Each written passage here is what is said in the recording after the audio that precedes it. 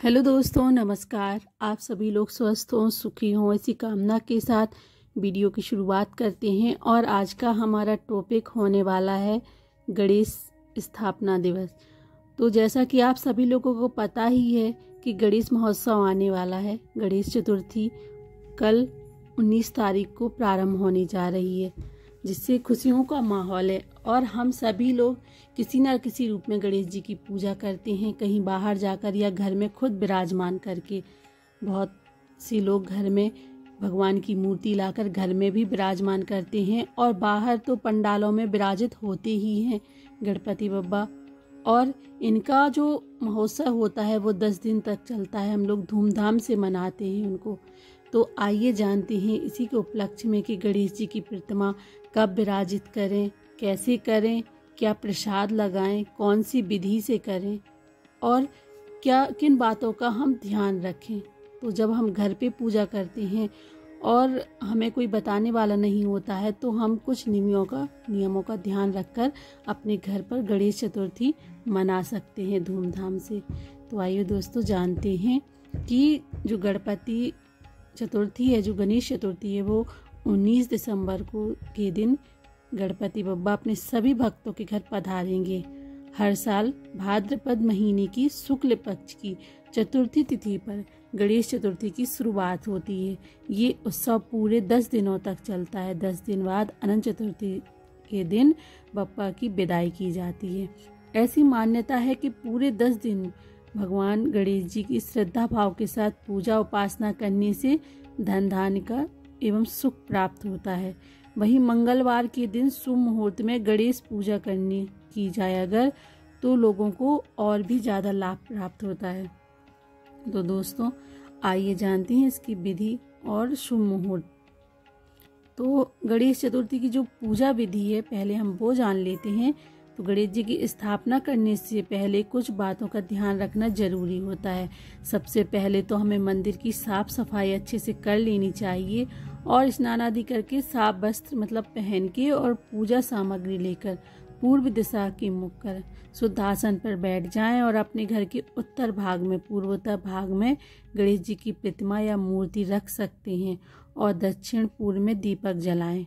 गणेश जी की मूर्ति की किसी लकड़ी के पटरे या गेहूं, मूंग, ज्वार के ऊपर लाल वस्त्र बिछाकर स्थापित करें। गणेश भगवान की प्रतिमा की पूर्व दिशा में कलश रखें। गणपति की प्रतिमा के दाएं बाएं रिद्धि सिद्धि को भी स्थापित आप कर सकते हैं, और साथ ही एक एक सुपारी रखें। अपने ऊपर जल छिड़कते हुए ओम पुंडरीकाक्षाय नमः मंत्र का जाप करें। भगवान गणेश को प्रणाम करें और 3 बार आचमन करें तथा माथे पर तिलक लगाएं। मूर्ति स्थापित करने के बाद गणेश जी को पंचामृत में स्नान कराएं। उन्हें वस्त्र, जनेऊ, चंदन, दुर्वा, अक्षत, धूप, दीप, समी पत्ता, पीले पुष्प और फल चढ़ाएं। पूजन आरंभ करें तथा अंत में गणेश जी की आरती करें और मनोकामना पूर्ति के लिए आशीर्वाद मांगें। गणेश चतुर्थी तिथि पर शुभ मुहूर्त को ध्यान में रखकर विधि पूर्वक पूजन की परंपरा निभानी चाहिए, जो अधिकतर लाभदायक होती है। तो आइए अब आपको बताते हैं शुभ मुहूर्त। जैसा कि हिंदू पंचांग के अनुसार 18 सितंबर 2023 के दिन गणेश चतुर्थी की शुरुआत दोपहर 2:09 पर होगी, और 19 सितंबर के दिन दोपहर के 3:03 तक रहने वाली है। तो आप कौन से समय में मूर्ति स्थापना करें, आइए जानते हैं। तो 19 सितंबर 2023 के दिन सुबह 11:08 से दोपहर 1:33 तक गणेश जी की मूर्ति स्थापना करने का शुभ मुहूर्त है। वहीं ठीक 10 दिनों बाद विसर्जन किया जाएगा। तो आइए जानते हैं कौन कौन सी आप पूजा की सामग्री ले सकते हैं। तो सब मूर्ति स्थापना के लिए लाल या पीला वस्त्र, लकड़ी का पटरा, प्रभु के लिए वस्त्र, घी का दीपक, समी पत्ता, गंगा जल, पंचामृत, सुपारी, जनेऊ, लड्डू, चंदन, अक्षत, धूप, फल, फूल, दुर्वा। तो ये हुई हमारी पूजा की सभी सामग्री। आइए अब आपको पूजा की कथा बताते। तो जो हमारी पहली कथा है, गणेश चतुर्थी पर हम 4 कथाएं करते हैं। तो जो हमारी पहली कथा है, आइए सुनाते हैं। पौराणिक एवं प्रचलित श्री गणेश कथा के अनुसार एक बार देवता कई विपदाओं से घिरे थे। तब वह मदद मांगने भगवान शिव के पास आए। उस समय शिव के साथ कार्तिकेय तथा गणेश जी भी बैठे हुए थे। देवताओं की बात सुनकर शिव जी ने कार्तिकेय व गणेश जी से पूछा कि तुम में से कौन देवताओं के कष्टों का निवारण कर सकता है। तब कार्तिकेय व गणेश जी दोनों ने ही स्वयं को इस कार्य के लिए सक्षम बताया। इस पर भगवान शिव ने दोनों की परीक्षा लेते हुए कहा कि तुम दोनों में से जो सबसे पहले पृथ्वी की परिक्रमा करके आएगा वही देवताओं की मदद करने जाएगा। भगवान शिव के मुख से वचन सुनते ही कार्तिकेय अपने वाहन मोर पर बैठकर पृथ्वी की परिक्रमा के लिए निकल गए। परंतु गणेश जी सोच में पड़ गए कि वह चूहे के ऊपर चढ़कर सारी पृथ्वी की परिक्रमा करेंगे तो इस कार्य में उन्हें बहुत समय लग जाएगा। तभी उन्हें एक उपाय सूझा। गणेश अपने स्थान से उठे और अपने माता पिता की 7 बार परिक्रमा करके वापस बैठ गए। परिक्रमा करके लौटने पर कार्तिकेय स्वयं को विजेता बताने लगे। तब शिव जी ने श्री गणेश से पृथ्वी की परिक्रमा न करने का कारण पूछा। तब गणेश ने कहा, माता पिता के चरणों में ही समस्त लोक हैं। यह सुनकर भगवान शिव ने गणेश जी को देवताओं के संकट दूर करने की आज्ञा दे दी। इस प्रकार भगवान शिव ने गणेश जी को आशीर्वाद दिया कि चतुर्थी के दिन जो तुम्हारा पूजन करेगा और रात्रि में चंद्रमा को अर्घ्य देगा, उसके तीनों ताप यानी दैहिक ताप, दैविक ताप और भौतिक ताप नष्ट होंगे। इस व्रत को करने से व्रतधारी की सभी तरह के दुख दूर होंगे और उसे जीवन के भौतिक सुखों की प्राप्ति होगी। चारों तरफ से मनुष्य को सुख समृद्धि बढ़ेगी। पौत्र पौत्रादि धन ऐश्वर्य की कमी नहीं रहेगी। तो आइए जानते हैं गणेश चतुर्थी की दूसरी कथा। तो दूसरी कथा इस प्रकार है। एक समय की बात है, राजा हरिश्चंद्र के राज्य में एक कुम्हार था। वह मिट्टी के बर्तन बनाता था, लेकिन वे कच्चे रह जाते थे।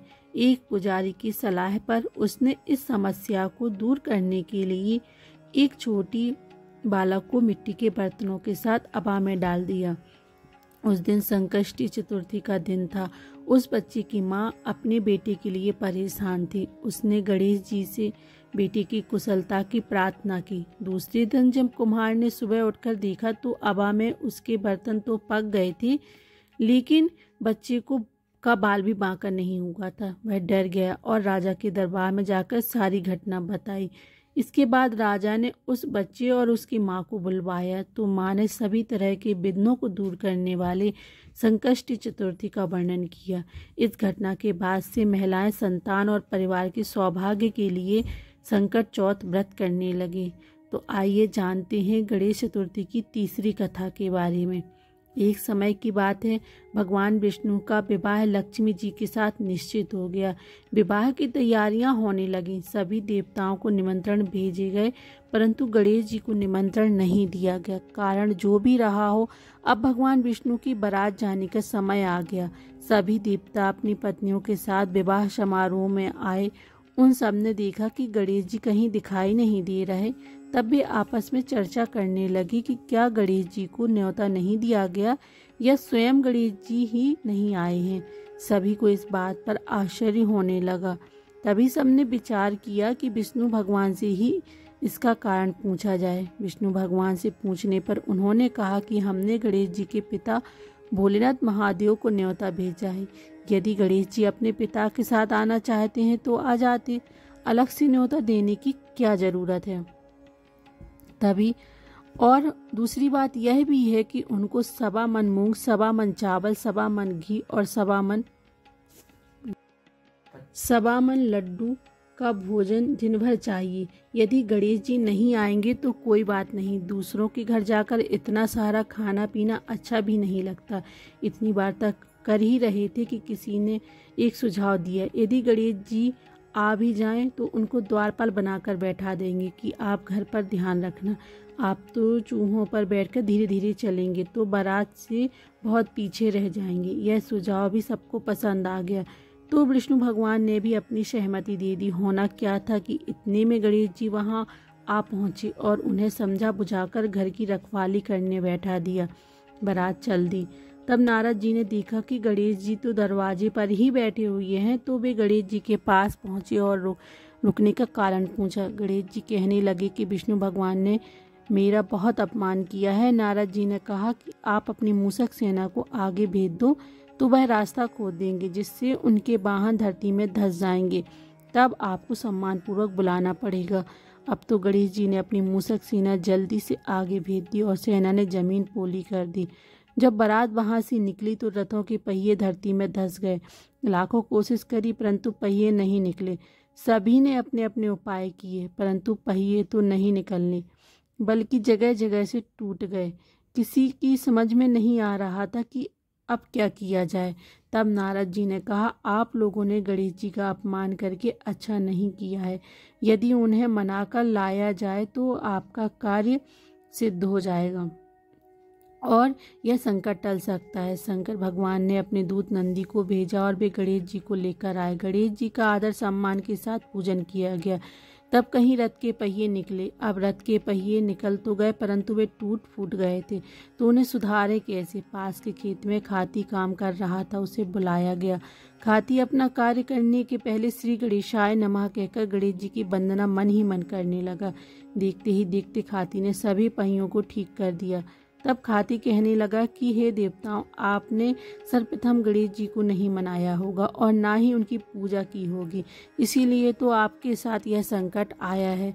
हम तो मूर्ख अज्ञानी है, फिर भी पहले गणेश जी की पूजते हैं, उनका ध्यान करते हैं। आप लोग तो देवता गण हैं, फिर भी आप गणेश जी को कैसे भूल गए।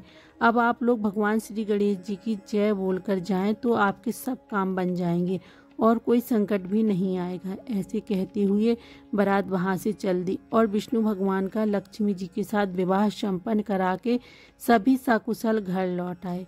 हे गणेश जी महाराज, आपने विष्णु जी को जैसो कारज सारियो, ऐसे कारज सबके सिद्ध करियो। बोलो गजानन भगवान की जय।